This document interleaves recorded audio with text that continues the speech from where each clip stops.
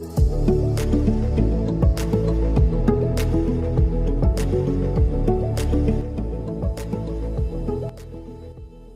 Everyone, this is Manisha Chauhan and welcome to unfold biology. आज की इस वीडियो के अंदर हम C U set 2019 MSc life science का पेपर डिस्कस करेंगे। ये सेकंड पार्ट है इस वीडियो सीरीज़ का। इसका फर्स्ट पार्ट ऑलरेडी चैनल में एडेड है, उसके अंदर हम क्वेश्चन 40 तक कवर अप कर चुके थे। आज हम आगे के क्वेश्चन देखेंगे। अगर आपने चैनल को अभी तक सब्सक्राइब नहीं किया तो you can consider subscribing the channel, because और भी पेपर सोल्यूशन वीडियोज़ एंड जो भी एमएससी से रिलेटेड अपडेट्स होते हैं वो मैं चैनल में अपलोड करती रहती हूँ। सो नाउ स्टार्ट करते हैं हम इस वीडियो को। Question number 41, pollination which occurs in a closed flower is called. एक ऐसा फ्लावर जो कि क्लोज्ड है, ओपन नहीं हो रहा है, उसके अंदर जो पॉलिनेशन हो रही है उसको क्या कहेंगे? उसको हम कहेंगे क्लीस्टोगेमी। एक ऐसा फ्लावर जो ओपन नहीं हो रहा है, क्या इसके साथ कोई बाहर से पोलन आके इंटरेक्ट कर पाएगा? नहीं कर पाएगा, क्योंकि बाहर से कोई पोलन आके इसके साथ इंटरेक्ट नहीं कर रहा है और ये क्लोज्ड है, तो इसके खुद के एंथर और स्टिग्मा एक दूसरे से बहुत क्लोज लाई करेंगे। तो ये किस तरीके की पॉलिनेशन शो करेगा? क्रॉस पॉलिनेशन ये कर पाएगा? नहीं कर पाएगा, क्योंकि बाहर से कोई भी पॉलन आके इसके साथ इंटरेक्ट ही नहीं कर रहा है। खुलेगा तब ना इंटरेक्ट करेगा, खुल ही नहीं रहा है। तो ये कैसी पॉलिनेशन शो करता है? Self pollination. और इस पॉलिनेशन को जो इसका प्रोसेस है इसको हम बोलते हैं क्लीस्टोगेमी। ठीक है। एक होता है एलोगेमी। अगर मान लो दो डिफरेंट प्लांट्स हैं और उनके जो फ्लावर्स हैं वो आपस में इंटरेक्ट कर रहे हैं, डिफरेंट डिफरेंट प्लांट्स के जो फ्लावर्स हैं वो इंटरेक्ट कर रहे हैं, तो उसे एलोगेमी कहते हैं। वहाँ पे पॉलिनेशन हो रही है। और अगर एक ही प्लांट है और उसके दो डिफरेंट फ्लावर्स हैं वो इंटरेक्शन शो कर रहे हैं, तो हम उसे गीटनोगेमी कहते हैं। ठीक है। यहाँ पे पूछा था कि अगर फ्लावर क्लोज्ड है तो उसको क्या कहेंगे? पॉलिनेशन को, उसे हम क्लीस्टोगेमी कहेंगे। बी ऑप्शन आपका यहाँ पे करेक्ट हो जाता है। Next question, question number 42. Uptake of minerals like zinc, magnesium and iron across membrane in plants is by। अगर मुझे इनका ट्रांसपोर्ट कराना है तो कौन सा ट्रांसपोर्टर यूज़ किया जाएगा? पहला ऑप्शन है H पॉजिटिव को ट्रांसपोर्टर। ये नहीं है हमारा आंसर, क्योंकि इसको अगर यूज़ करें तो हम सुक्रोज के लिए यूज़ करेंगे। ठीक है। फिर आता है ABC ट्रांसपोर्टर। ABC ट्रांसपोर्टर बहुत सारी जगहों पे यूज़ होता है प्लांट के अंदर। अगर कोई स्ट्रेस कंडीशन है वहाँ यूज़ हो जाएगा। फाइटो हार्मोन्स इसे यूज़ करते हैं, जैसे स्ट्रिगोलैक्टोन है, जैसे ऑक्सिन है, वो इसे यूज़ करते हैं। ATP डिपेंडेंट ट्रांसपोर्टर और ABC ट्रांसपोर्टर एक ही चीज़ है, क्योंकि ABC ट्रांसपोर्टर्स भी ATP यूज़ करते हैं और ATP डिपेंडेंट ट्रांसपोर्टर सेम ही चीज़ हो गई। फिर आते हैं जिप ट्रांसपोर्टर। ये वाले ट्रांसपोर्टर्स हम यूज़ करते हैं जब केटायंस के ट्रांसपोर्ट की बात करी जा रही है, जैसे कैडमियम हो गया, आयरन हो गया, जिंक हो गया, मैंगनीज हो गया, वो सारा। ठीक है। तो यहाँ भी हमें केटायंस का ही पूछा हुआ था, तो इन केटायंस को अगर ट्रांसपोर्ट करना है तो जिप ट्रांसपोर्टर यूज़ किए जाएंगे, यानी कि option D is correct. Next question, question number 43। Major transport of nitrogen in xylem sap is in the form of. Nitrogen को अगर हमें ट्रांसपोर्ट करना है जाइलम सैप के अंदर, तो हम उसे डायरेक्टली ट्रांसपोर्ट नहीं कर सकते, उसको कन्वर्ट किया जाता है डिफरेंट डिफरेंट फॉर्म्स में। पहले ऑक्सीडाइज्ड फॉर्म होती है, फिर उसको रिड्यूस्ड फॉर्म में कन्वर्ट किया जाता है, फिर इस रिड्यूस्ड फॉर्म को फर्दर अमाइनो एसिड में इनकॉर्पोरेट किया जाता है। तो ये जो अमाइनो एसिड्स की फॉर्म है ना, इसी फॉर्म में वो ट्रांसपोर्ट किया जाएगा। तो कौन से अमाइनो एसिड की फॉर्म में ट्रांसपोर्ट किया जाता है? मेजरली दो होती हैं, ग्लूटामीन और एस्पेरेजिन। वेरी कर सकती हैं स्पीशीज़ के अकॉर्डिंग, लेकिन ऑलमोस्ट हर स्पीशी में ये दोनों फॉर्म्स जो हैं वो मेजरली देखी गई हैं। ठीक है।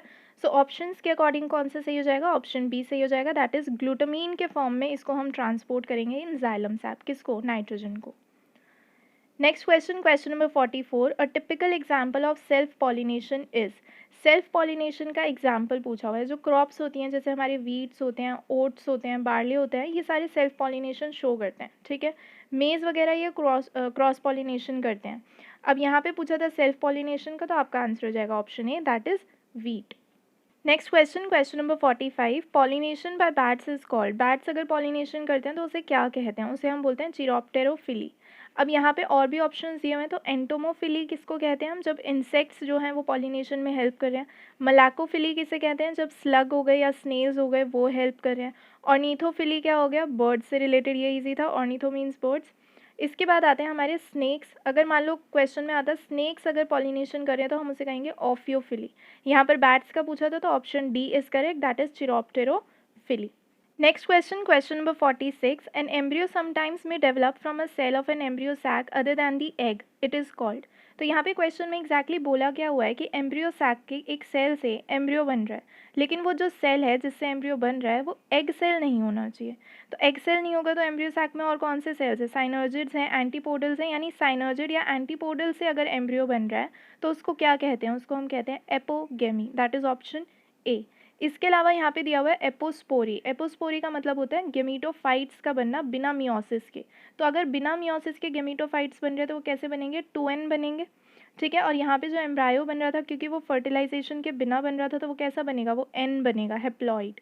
ठीक है। इसके अलावा कौन सी टर्म्स दी हुई हैं, पार्थिनोजेनेसिस लिखा हुआ है यहाँ पे। पार्थिनोजेनेसिस का क्या मतलब होता है, ये हम एनिमल्स के लिए टर्म यूज़ कर सकते हैं। इसका मतलब ये होता है कि एग से बिना फर्टिलाइजेशन के एक एम्ब्रायो बन गया, तो हम उसे कहते हैं पार्थिनोजेनेसिस। ठीक है, फर्टिलाइजेशन नहीं हो रही है। एक होता है पार्थिनोकार्पी, जो यहाँ पे दिया हुआ है। पार्थिनोकार्पी प्लांट्स के अंदर देखा जाता है जहाँ पे ओवरी से डायरेक्टली फ्रूट बनता है, कोई सीड नहीं बनता, तो उसे हम पार्थिनोकार्पी कहते हैं। यहाँ पे जो पूछा हुआ था वो ये था कि एम्ब्रियो सैक के एक सेल से एम्ब्रायो बन रहा है, बट वो सेल एग सेल नहीं है, तो इस प्रोसेस को हम क्या कहते हैं, इसको हम एपोगेमी कहते हैं। यानी कि ऑप्शन कौन सा करेक्ट हो गया यहाँ पे, ए ऑप्शन करेक्ट हो गया। Next question, vessels are present in all plants except. Vessels सभी में प्रेजेंट होता है इनमें से, लेकिन एक में नहीं होता, वो कौन सा होता है। देखो, वेसल्स जो होते हैं वो सिर्फ एंजियोस्पर्म्स में देखे जाते हैं। ठीक है, जितने भी वेस्कुलर प्लांट्स हैं क्या होते हैं, जाइलम के अंदर ट्रिकीड्स होते हैं, वेसल्स होते हैं। जितने भी वेस्कुलर प्लांट्स हैं उनके अंदर ट्रिकीड्स तो मिलेंगे, लेकिन वेसल्स सिर्फ और सिर्फ एंजियोस्पर्म्स के अंदर मिलता है। तो यहाँ पर जो ऑप्शन दिए हुए हैं इनमें से एंजियोस्पर्म्स कौन कौन से हैं, रोजेज हैं और मैंगो हैं। नीटम जो है ये जिम्नोस्पर्म है। ठीक है, लेकिन इसके अंदर वेसल्स होते हैं, तो ये एक एक्सेप्शन है जिम्नोस्पर्म्स का। जिम्नोस्पर्म्स के अंदर जनरली नहीं होते, बट इसके अंदर है, तो एक एक्सेप्शन है। अब इन्होंने पूछा था कि वेसल्स जो हैं वो सब में प्रेजेंट है एक्सेप्ट, यानी ये पूछ रहे हैं कि किसके अंदर नहीं प्रेजेंट है, तो वो पाइनस के अंदर नहीं प्रेजेंट होता है, तो ऑप्शन ए आपका यहाँ पर करेक्ट हो जाएगा, क्योंकि पाइनस जिम्नोस्पर्म है। ठीक है। Next question, question number 48, pearls of commercial value are produced by which of the following genera. इनमें से कौन सा ऐसा जनरा है जो कि पर्ल्स की फॉर्मेशन करता है। जो नेचुरली अकरिंग पर्ल्स होते हैं वो हमें कहाँ से मिलते हैं, वो हमें पिंकटाडा जनरा से मिलते हैं, that includes oysters. Next question, question number 49, which of the following is called blood fluke of man. Blood fluke किसे कहते हैं, कॉमन नेम पूछ रहे हैं। फेसियोला को हम बोलते हैं लिवर फ्लूक, टीनिया को हम टेपवर्म बोलते हैं। ये जो पैरागोनियम लिखा है ये एक्चुअली पैरागोनिमस है, जिसे हम लंग फ्लूक बोलते हैं। स्किस्टोमा लिखा हुआ है, स्किस्टोसोमा है, that is called blood fluke. तो ऑप्शन सी आपका यहाँ पे करेक्ट हो जाता है, स्पेलिंग की थोड़ी सी मिस्टेक है। ठीक है, okay. Next question, question number 50, the first body segment of earthworm is. Earthworm की अगर आप बॉडी देखोगे तो उसके अंदर कुछ सेगमेंट्स प्रेजेंट होते हैं जिन्हें हम मेटामियर्स भी कहते हैं। तो उसमें से सबसे पहला जो सेगमेंट होता है उसका नाम पूछ रहा है क्वेश्चन, उसका नाम होता है पेरिस्टोमियम। इसके अलावा हम इसे कहते हैं बक्कल सेगमेंट। बक्कल सेगमेंट कह रहे हैं यानी कि यहाँ पर माउथ प्रेजेंट होगा, राइट। तो क्वेश्चन में पूछा था कि पहला बॉडी सेगमेंट जो होता है उसका नाम क्या होता है, उसका नाम होता है peristomium. So option B is correct over here. Next question, question number 51, lung books are respiratory organs of. Lung books को एज अ रेस्पिरेटरी ऑर्गन कौन यूज़ करता है। इंसेक्ट्स यूज़ करते हैं ट्रेकिए को, क्रस्टेशियंस यूज़ करते हैं गिल्स को, पेरीपेटस किसको यूज़ करता है, ट्रेकिए को या ट्रेकियल ट्यूब्स कह लो। अराकिनेड्स जो होते हैं ना ये बुक लंग्स को भी यूज़ करते हैं, ये ट्रेकिया को भी यूज़ कर सकते हैं। अब अराकिनेड्स के अंदर कौन कौन से ऑर्गेनिजम्स आते हैं, जैसे स्पाइडर्स हो गए, स्कॉर्पियंस हो गए, ये सब आते हैं। ठीक है, ये कुछ टेबल है जिसे आप लर्न कर सकते हो, क्योंकि इस तरीके के क्वेश्चंस ना आते रहते हैं। तो ये टेबल दिया हुआ है मैंने, इसे लर्न कर सकते हो। यहाँ पर लंग बुक्स का पूछा था तो वो अराकिनेड्स यूज़ करते हैं, B option is correct. Next question, question number 52, Aristotle's lantern is characteristic feature of. ये क्वेश्चन भी बहुत ज़्यादा रिपीट किया गया है। एरिस्टोटल लैंटर्न होता क्या है, इसके अंदर कुछ कैल्शियम कार्बोनेट के बने हुए 5 टीथ कह सकते हो या जॉ कह सकते हो, वो होते हैं। ये जो होता है ये प्रेजेंट होता है सी आर्चिन्स के अंदर। सी आर्चिन्स के अंदर ये जो एरिस्टोटल लैंटर्न है ये इनका एक ऐसा ऑर्गन है जो इनको च्यू करने में हेल्प करता है। जैसे हमारे टीथ होते हैं, इनके ये एरिस्टोटल लैंटर्न्स होते हैं जिसकी हेल्प से ये च्यू करते हैं। ठीक है, तो इनके च्यूइंग ऑर्गन को एरिस्टोटल लैंटर्न कहते हैं, किसके, सी अर्चिन्स के। तो option A is correct. Next question, question number 53, ink glands are present in. Ink glands जो होते हैं ये सेपिया के अंदर प्रेजेंट होते हैं। ठीक है, इसके अलावा ये स्क्विड्स में भी देखे जाते हैं, आपके ऑक्टोपस में भी देखे जाते हैं। ये करते क्या है इंक ग्लैंड्स, यहाँ पे जो सेपिया है ना इसको एक as a defence mechanism use करिए। कैसे, इंक ग्लैंड्स काम करेंगे इंक बनाने का। ये जो इंक होती है ये ब्राउन या ब्लैक कलर का एक फ्लूइड होता है जो ये बनाते हैं ये वाले ग्लैंड, और इसको हम इंक कहते हैं। जैसे ही कोई एनिमल सेपिया के ऊपर अटैक करेगा वो इस इंक को रिलीज़ कर देगा पानी के अंदर, और इस इंक की वजह से वहाँ आसपास एक क्लाउडी अपीयरेंस हो जाएगा। और ये जो क्लाउड है ना ये इसके प्रेडेटर को कंफ्यूज करेगा। कंफ्यूज कैसे, क्योंकि प्रेडेटर को लगेगा कि ये जो क्लाउड है वो उसका प्रे है। तो जैसे ही प्रेडेटर इस प्रे के चक्कर में यानी इस क्लाउड के चक्कर में पड़ेगा, इतने में जो सेपिया है जो एक्चुअली प्रे है वो यहाँ से निकल लेगा। मतलब इसने क्या किया, इसने अपने प्रेडेटर को कंफ्यूज कर दिया, इंक को रिलीज किया, प्रेडेटर को लगा ये मेरा प्रे है। जैसे ही प्रेडेटर कंफ्यूज हुआ सेपिया जो है पीछे से भाग गया। तो ये जो मैकेनिज्म है किसकी हेल्प से किया, इसने इंक की हेल्प से। और इंक को बना कौन रहा है, इंक ग्लैंड्स बना रहे हैं। तो ये किसके अंदर यूज होता है, सेपिया के अंदर। So option C is correct. Next question, question number 54, axolotl larva जो होता है इसके पास क्या होता है? एक्सटर्नल गिल्स, देखो यहाँ पे जो डायग्राम है इसके अंदर देखो एक्सटर्नल गिल्स प्रेजेंट है, हाँ प्रेजेंट है। लेटरली कंप्रेस्ड टेल प्रेजेंट है, बिल्कुल प्रेजेंट है। और कॉर्डल फिन भी प्रेजेंट है। तो इसके पास ये सारी चीज़ें होती है, तो ये हो जाएगा ऑल ऑफ दी अबव। ठीक है, so option D is correct. Next question, question number 55, the mouth part of honey bee use to mould wax in their pollen is. इसका कौन सा माउथ पार्ट है हनी बी का जो इन सारे कामों में हेल्प करता है? तो वो होता है लेब्रम। लेब्रम को आप कह सकते हो कि ये हनी बी का लिप है। लिप कौन सा, जैसे फ्रंट लिप होता है या अपर लिप होता है ना, वो आप इसको कंसिडर कर सकते हो। तो ये जो लिप है इसका, ये जो लेब्रम है इसका, ये इसको वैक्स को मोल्ड करने में भी हेल्प करता है और पॉलन के अधेरेंस में भी हेल्प करता है। So option B is correct.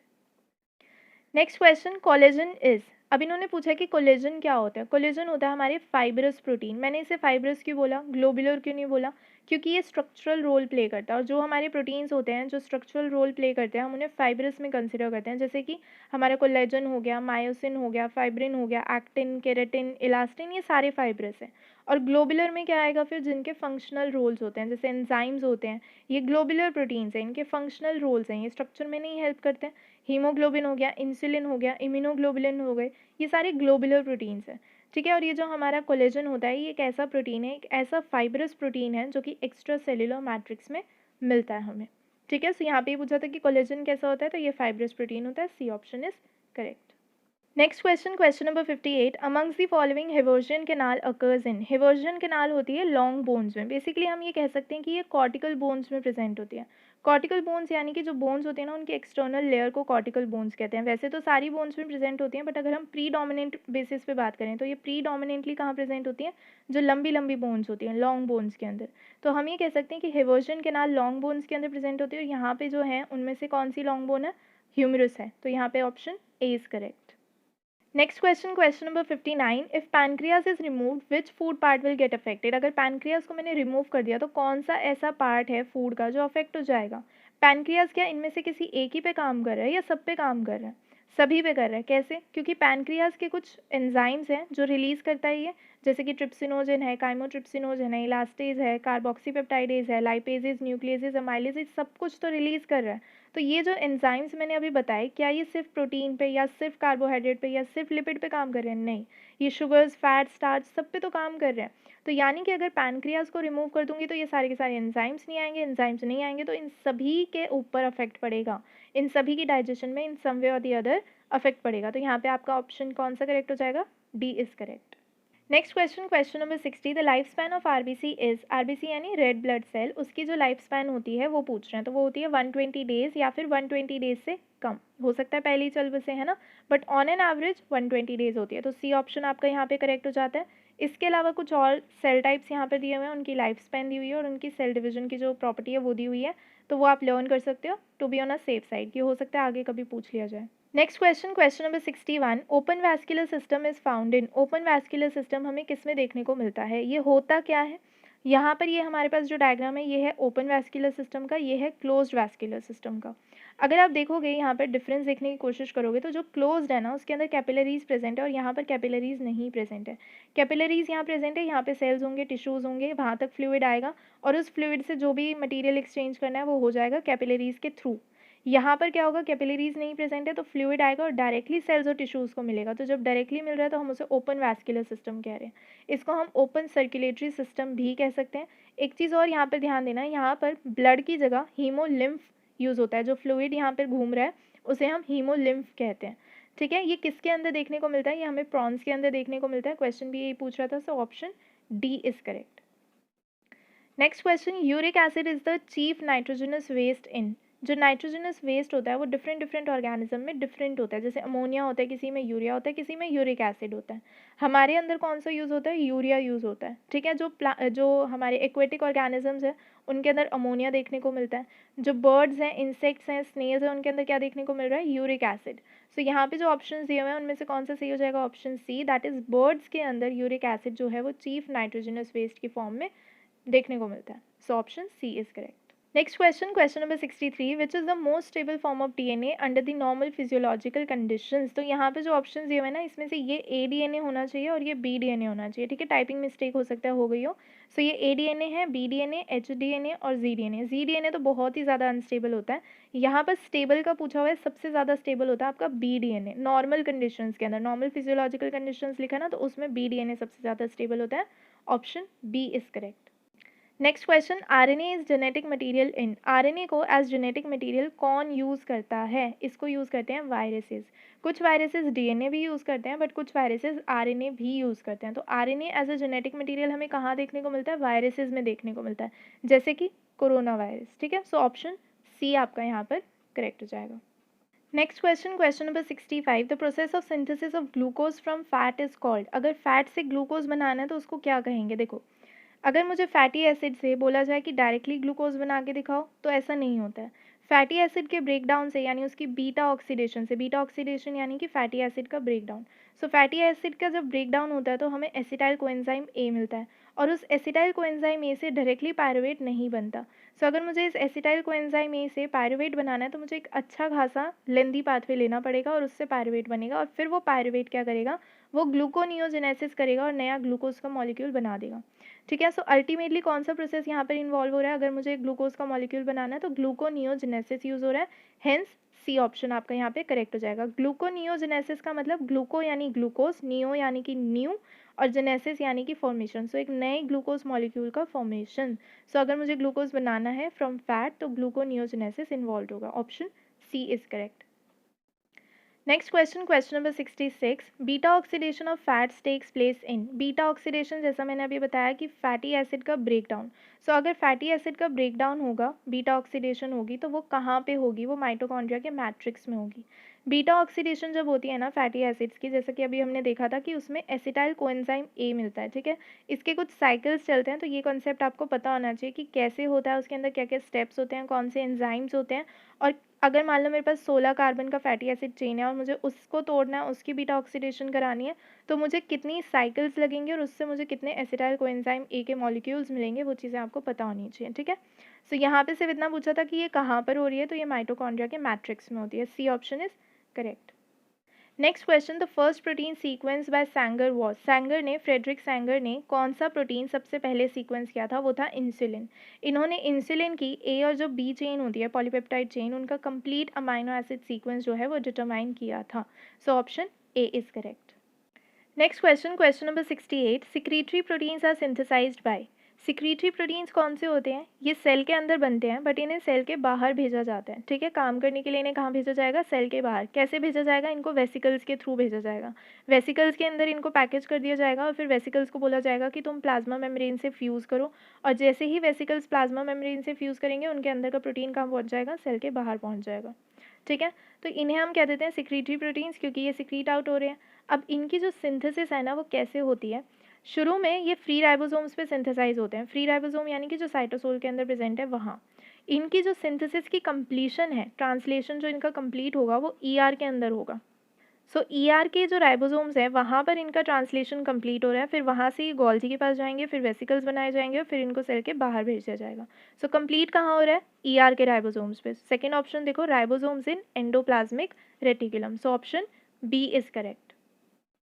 Next question, cobalt containing vitamin is. कौन सा ऐसा विटामिन है जिसके अंदर कोबाल्ट प्रेजेंट होता है? तो ये होता है विटामिन B12। अगर आप इसका स्ट्रक्चर देखोगे तो बीच में प्रेजेंट है ये कोबाल्ट, ठीक है। So option D is correct. Next question, question number 70, the technique for the amplification of DNA is called. एक ऐसी टेक्निक जिसको यूज़ करके मैं डीएनए का अमाउंट या डीएनए का नंबर में बढ़ा सकती हूँ। मेरे पास थोड़ा सा डीएनए प्रेजेंट है, अगर मुझे वो बहुत ज़्यादा बनाना है तो मैं कौन सी टेक्निक यूज़ करूँगी? मैं पीसीआर यूज़ करूँगी, पॉलीमरेज चेन रिएक्शन। ये डबल स्ट्रैंडेड डीएनए होता है, उसको डीनेचर करते हैं, अलग अलग हो जाता है, फिर प्राइमर ऐड करते हैं, फिर इसकी कॉपी बन जाती है। तो अब मेरे पास 2 स्ट्रैंड्स हो गए, अब इनको अलग करा जाएगा, सेम वही प्रोसेस, फिर उससे और बनेंगे, तो ये क्या होगा? एम्प्लीफिकेशन होगा। एम्प्लीफाई करना यानी कि बढ़ाना नंबर को, ठीक है। तो कौन सी ऐसी टेक्निक है जिससे मैं डीएनए को बढ़ा सकती हूँ? पीसीआर से बढ़ा सकती हूँ, polymerase chain reaction, that is option A. 2019 के अंदर अगर आप देखोगे ना तो पीसीआर से बहुत सारे क्वेश्चंस आए हुए हैं। अभी आगे मैं दिखाऊंगी तो और भी क्वेश्चंस हैं, ठीक है। Next question, question number 71, for protein detection most commonly used probe is. Protein detect करना प्रोब कौन सा यूज़ करेंगे? देखो, एलाइसा के अंदर क्या होता है, हम एंटीजन लेते हैं, एंटीबॉडी उससे इंटरेक्ट करता है, फिर उसको डिटेक्ट कर लिया जाता है, यही होता है। तो यहाँ पर प्रोब की तरह कौन एक्ट कर रहा होता है, एंटीबॉडी। क्या एंटीजन्स प्रोटीन नहीं होते, एंटीजन्स भी तो प्रोटीन ही होते हैं ना, ये हमारा टारगेट प्रोटीन होते हैं जिससे एंटीबॉडी आके बाइंड करती है, ठीक है। फिर हम उससे एंजाइम लेबल्ड एंटीबॉडी भी ऐड कर सकते हैं और फिर उसको रिएक्शन करा के हम देख सकते हैं कि ठीक है हमारा वहाँ पे बाइंडिंग हो गई है। तो प्रोब की तरह हम किसको यूज़ करें, एंटीबॉडी को यूज़ करें। किस टेक्निक की मैं बात कर रही हूँ, एलाइसा की बात कर रही हूँ। उसके अंदर प्रोब कौन यूज़ हो रहा है, एंटीबॉडी, और किसको डिटेक्ट कर रहा है, प्रोटीन को डिटेक्ट कर रहा है। तो 71 का आपका आंसर क्या हो जाएगा, option D, that is antibody. Next question, question number 72, post translational modification of proteins are detected by. यहाँ पर कुछ ब्लॉटिंग टेक्निक्स दी हुई हैं, ये वेस्टर्न साउदर्न नॉर्दर्न तो हमने सुनी हुई है, बहुत ही कॉमन है। नॉर्दर्न ब्लॉटिंग किसके लिए यूज़ होती है, आरएनए के लिए।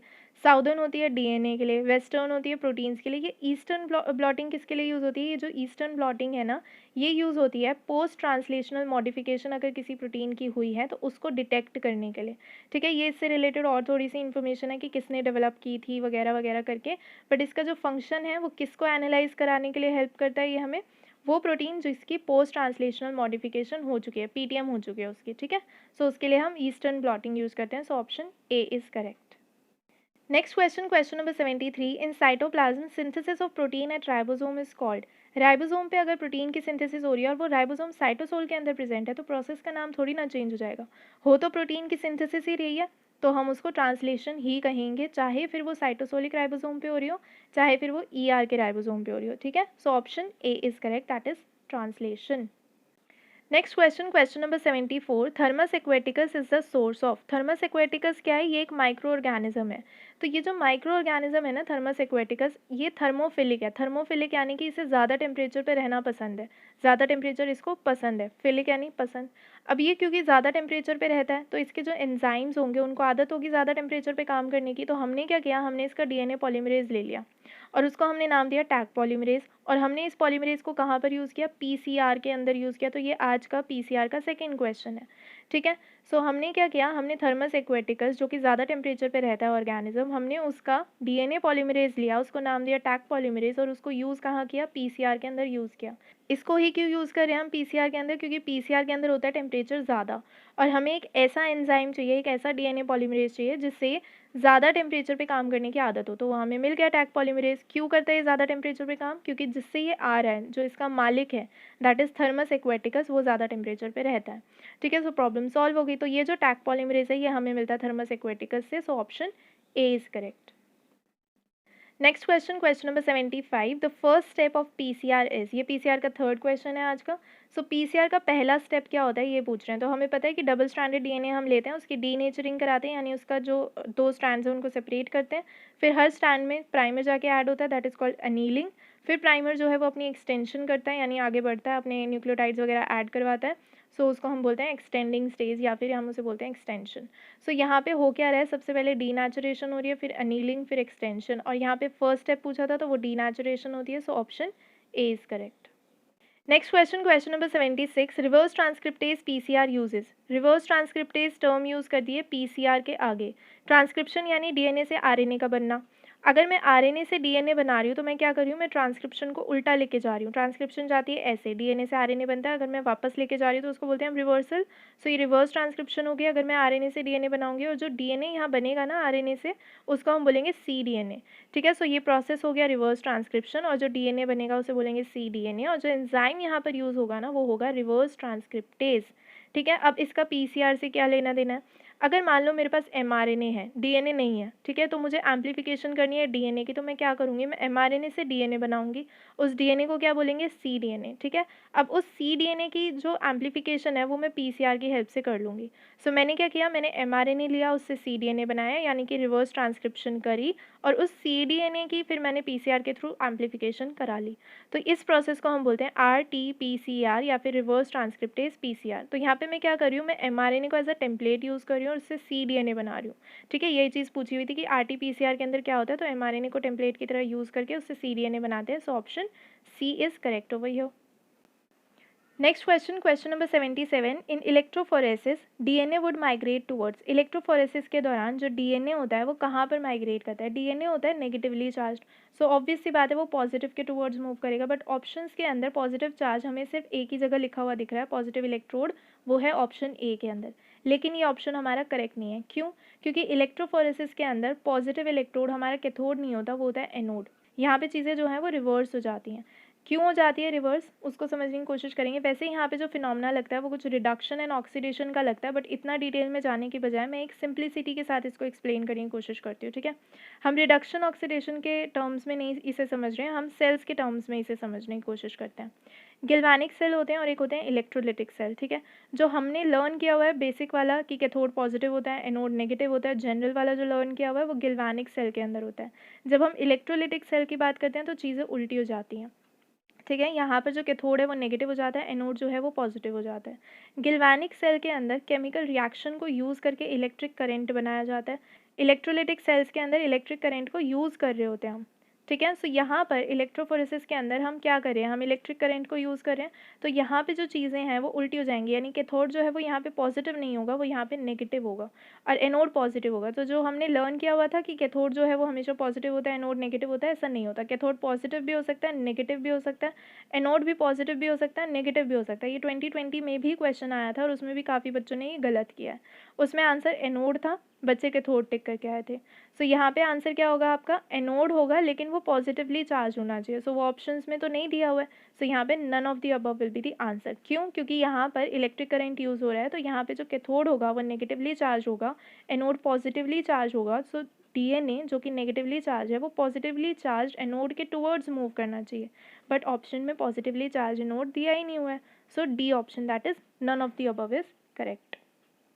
Next question, question number 78, the most common type of gel used for DNA separation is. DNA के सेपरेशन जब हम करते हैं किस में करेंगे? इलेक्ट्रोफोरेसिस में करेंगे। सो वहाँ पर जो जेल यूज़ होता है सबसे ज़्यादा वो एग्रॉस जेल होता है, ठीक है। So option B is correct. Next question, question number 79, DNA fingerprinting was developed by. DNA fingerprinting को डेवलप किया था एलेक जेफरे ने। So option C is correct.